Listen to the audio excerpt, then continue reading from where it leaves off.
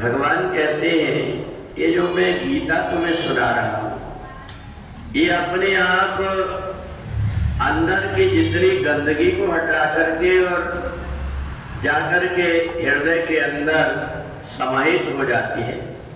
और इसलिए जो व्यक्ति नित्य गीता का स्वाध्याय करता है, उसके इड़ा पिंगला और सुषुम्ना नाड़ी में गंगा यमुना सरस्वती का प्रवाह होने लगता है।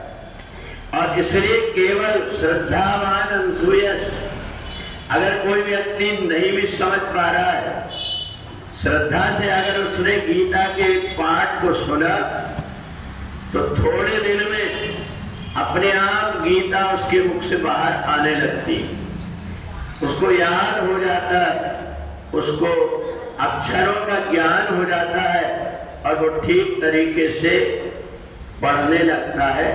तो इसी को देख करके लगता है कि जिसके हृदय के अंदर गीता का ज्ञान हो गया, उसको मुक्ति के लिए कहीं भटकना नहीं पड़ता। और मुक्ति और कुछ नहीं है, केवल हमें अज्ञान के कारण ये संसार में आकर के हम इस बात को भूल जाते हैं कि ये मुसाफिर खाना एक दिन हमें जाना पड़ेगा। इस बात को भूल करके हम इकट्ठा करने के लिए लग जाते हैं। और यही समझदार व्यक्ति ये सोचता है कि मैं इकट्ठा करके रखूंगा तो मेरे इस लोक में काम आएगा, परलोक में क्या काम आएगा।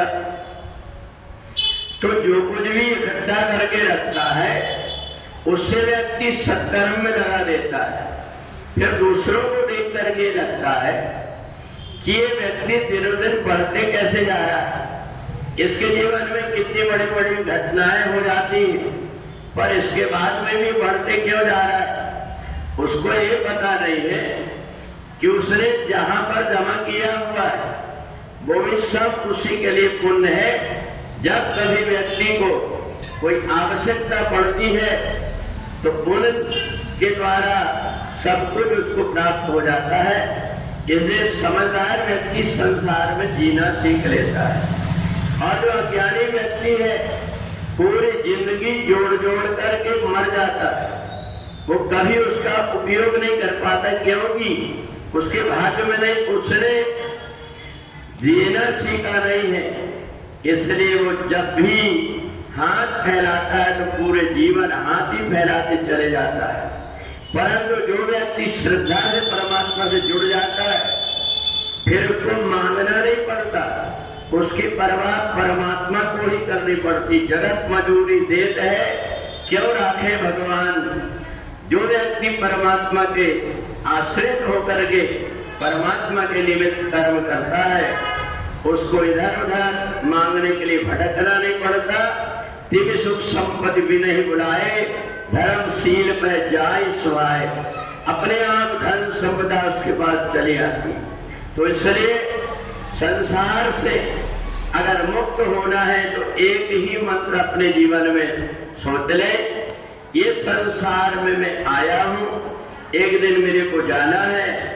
तो इसलिए जो कुछ भी मेरे द्वारा कर्म हो रहे हैं इनका साक्षी मान करके साक्षी बन करके मैं अगर कर्म करता हूं तो ना मेरे को पाप लगेगा ना पुण्य लगेगा।